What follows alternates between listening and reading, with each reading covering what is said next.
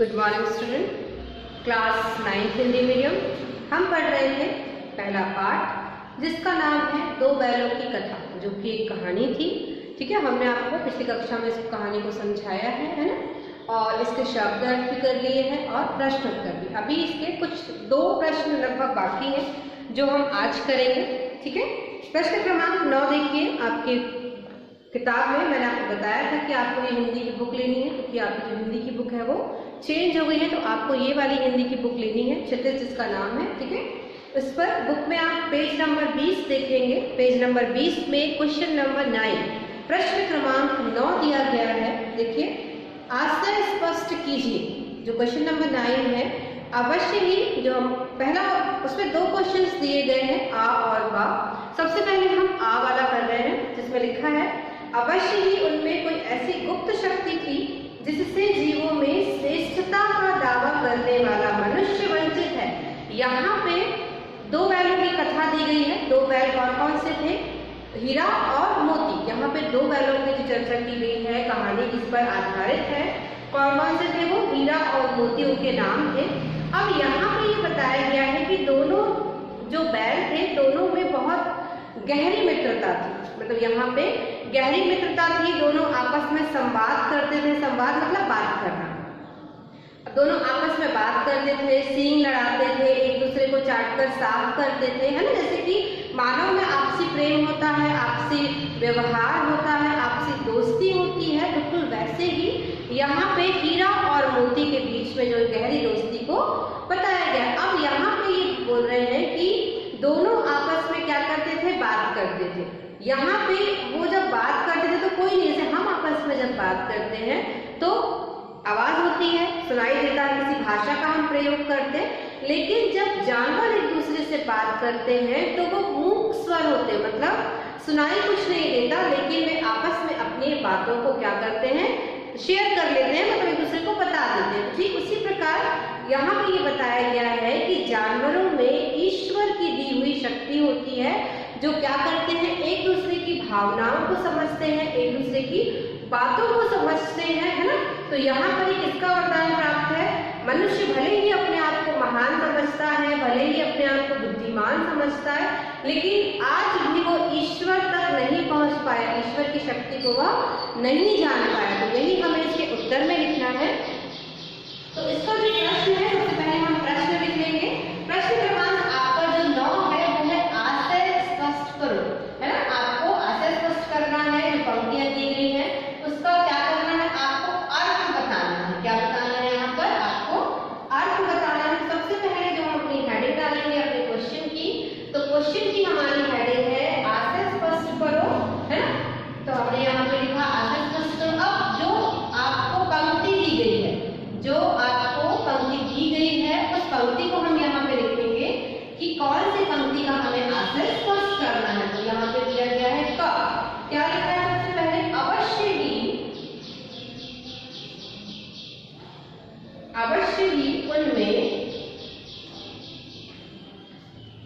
अवश्य ही उनमें कोई ऐसी गुप्त शक्ति थी, ऐसी गुप्त शक्ति थी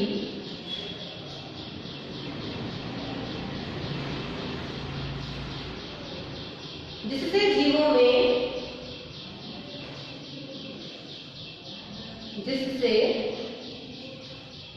में श्रेष्ठ, किसे माना जाता है? जीवों में श्रेष्ठ मानव। ये माना जाता है कि जीवों में सबसे श्रेष्ठ कौन सा है? कौन है? मानव, है ना।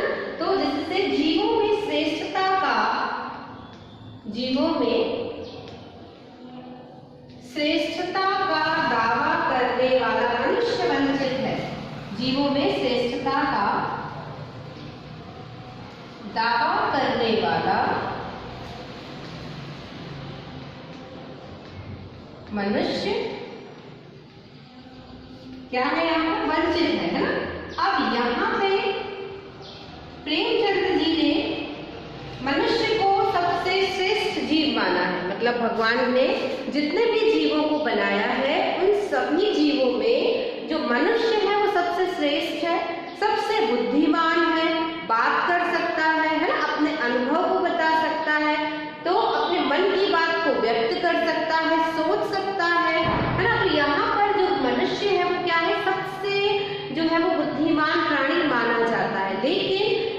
यहाँ पर जब जानवर की बात आती है, जब पशुओं की बात आती है, तो आज भी पशुओं को जो है मनुष्य नहीं समझ पाता कि वो कौन सी भाषा बोलते हैं, किस भाषा में वो अपने विचारों को व्यक्त करते हैं, है ना। तो यहाँ पे हम ये लिखेंगे कि इस पंक्ति के द्वारा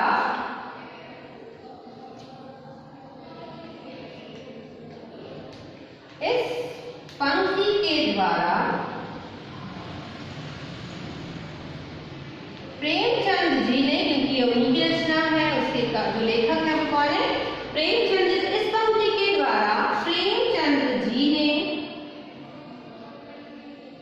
यह बताना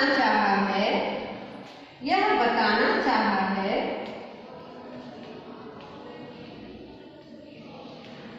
कि मनुष्य अपने आप को श्रेष्ठ प्राणी मानता है, मनुष्य अपने आप को श्रेष्ठ प्राणी मानता है,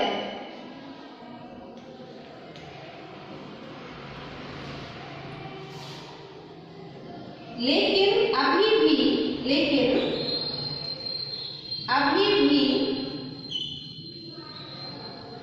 कुछ ऐसी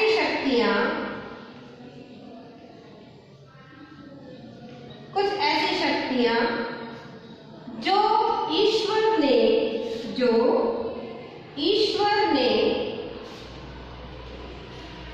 मात्र पशुओं को प्रदान की है,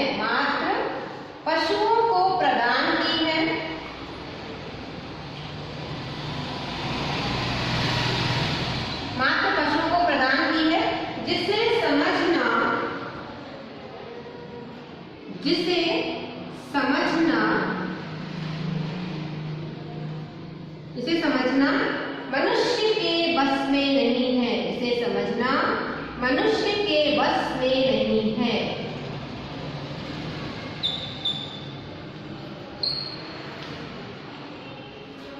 ठीक है, तो ये आपने उत्तर लिखा। आप देखिए एक बार आपने क्या लिखा, अवश्य ही, जो प्रश्न था आपका कि अवश्य ही उनमें कोई ऐसी गुप्त शक्ति जिससे जीवों के में श्रेष्ठता का दावा करने वाला मनुष्य वंचित है।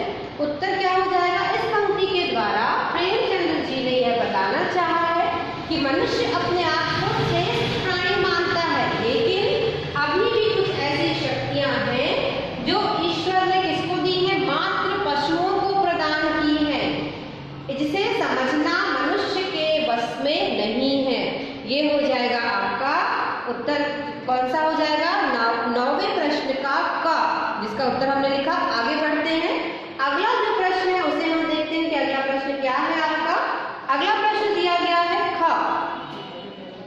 उस एक रोटी से उसकी भूख तो क्या शांत होती, पर दोनों के हृदय को मानो भोजन मिल गया हो। यहाँ पर भी जो है प्रेमचंद जी ने बहुत अच्छी पंक्ति के माध्यम से एक बात बतानी चाहिए है। ठीक है, तो यहाँ पे जो प्रश्न क्रमांक दूसरा दिया गया है, खा जो दिया गया है, उसको हमको देखना है। तो यहाँ पे जैसे प्रश्न में हमने आपको बताया कि जब हीरा और मोती कहाँ चले जाते हैं, भैरव के घर चले जाते हैं, और जब उन्हें वहां सूखा भूसा दिया जाता है तो वो मुंह तक नहीं मारते मतलब उसको देखते भी नहीं है, है ना। लेकिन जब छोटी सी बच्ची, जो भैरव की बच्ची रहती है, वो उनके लिए रोटी लेकर आती, 2 रोटी लेकर आती है और बड़ी ही आत्मीय भाव से उनको खिलाती है, तब उससे उनका पेट तो नहीं भरता, लेकिन उनको एहसास होता है, प्रेम भावना का एहसास होता है। तो यहाँ पे प्रेमचंद जी ने इस प्रेम भावना को, इस आत्मीय भावना को क्या किया है, इन पंक्ति के द्वारा स्पष्ट किया है। तो सबसे पहले जो हम यहाँ पे प्रश्न लिखेंगे कि हमारा जो खा प्रश्न है दिया गया है वो क्या है, तो यहाँ पर उस एक रोटी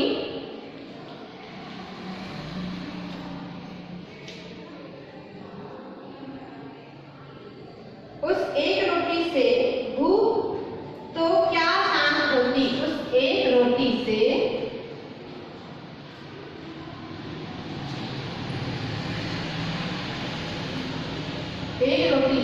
भूख तो क्या शांत होती,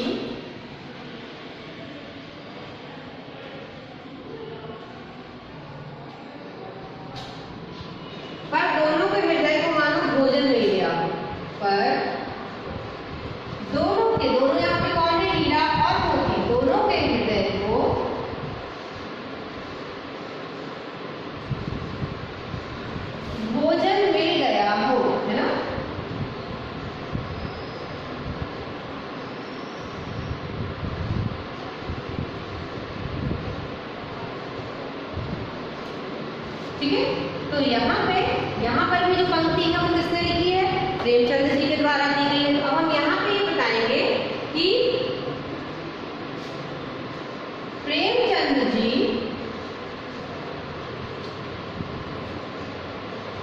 इस पंक्ति के माध्यम से, प्रेमचंद जी ने इस पंक्ति के माध्यम से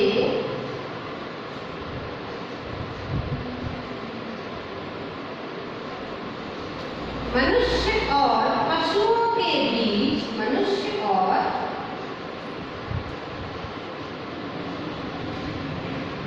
पशुओं के बीच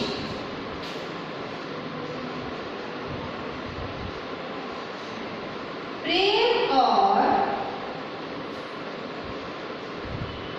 आत्मीयता की भावना, प्रेम और आत्मीयता की भावना को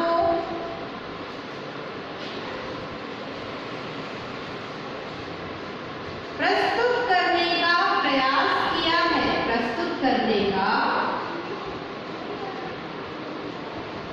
क्या किया है? प्रयास किया है।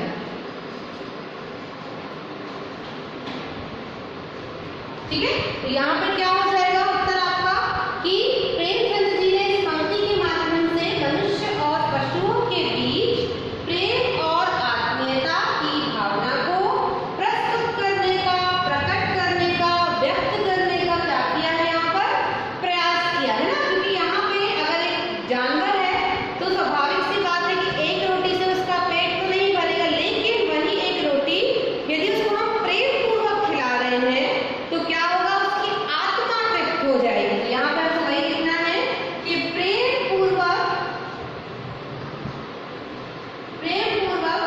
खिलाई गई एक रोटी, प्रेम पूर्वक खिलाई गई एक रोटी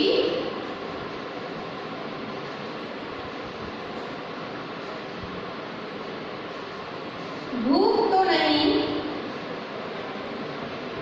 किंतु आत्मा को तृप्त करती है, किंतु आत्मा को तृप्त करती है, आत्मा को तृप्त करती है। ठीक है, तो ये हुआ आपका प्रश्न क्रमांक 9 का। इसमें दो ऑप्शन दिए थे, का और खा, जिसके दोनों